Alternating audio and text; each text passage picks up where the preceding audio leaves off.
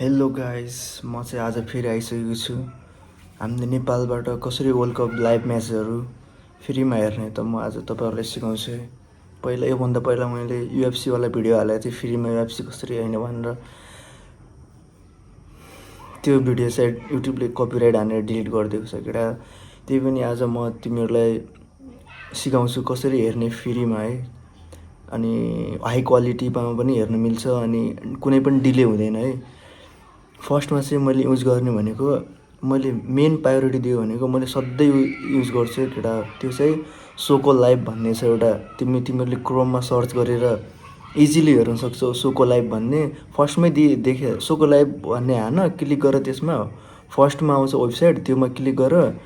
अनि सुरुमै देखाइदिन्छ कि south Africa versus Mexico live भनेर देखाइदिन्छ वर्ल्ड कपको। त्यो क्लिक गर्ने, जस्ट हेर्ने मात्रै हो। अर्को भनेको चाहिँ हाम्रो ओसिन टिभी छ, ओसिन YOSIN ओसिन टिभी छ। मैले यहाँ राखिदिन्छु केटा, भिडियोमा अहिले एडिट गरेर राखिदिन्छु, चिन्ता मान्नु पर्दैन। लिङ्क पनि राखिदिन्छु केटा, मैले डिस्क्रिप्सनमा लिङ्क राखिदिन्छु, चिन्ता नमार, त्यहाँबाट तिमीहरूले सजिलो हेर्न सकिन्छ। यदि तिमीहरूलाई केटा यो भिडियो युजफुल लाग्यो भने don't forget to like, share, subscribe, comment पनि गरिदियो।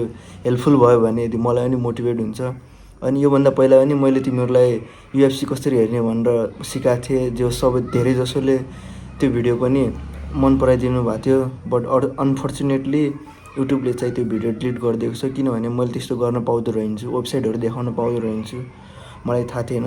ल केटा, राम्रोसँग हेर्नु।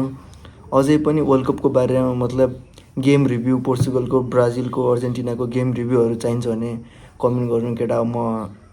आई विल ट्राई, म ल्याउन कोसिस गर्छु। वर्ल्ड कप त्यही हो, ओसिन टिभी अनि सोको लाइभ भन्ने छ, त्यहीबाट हेर न।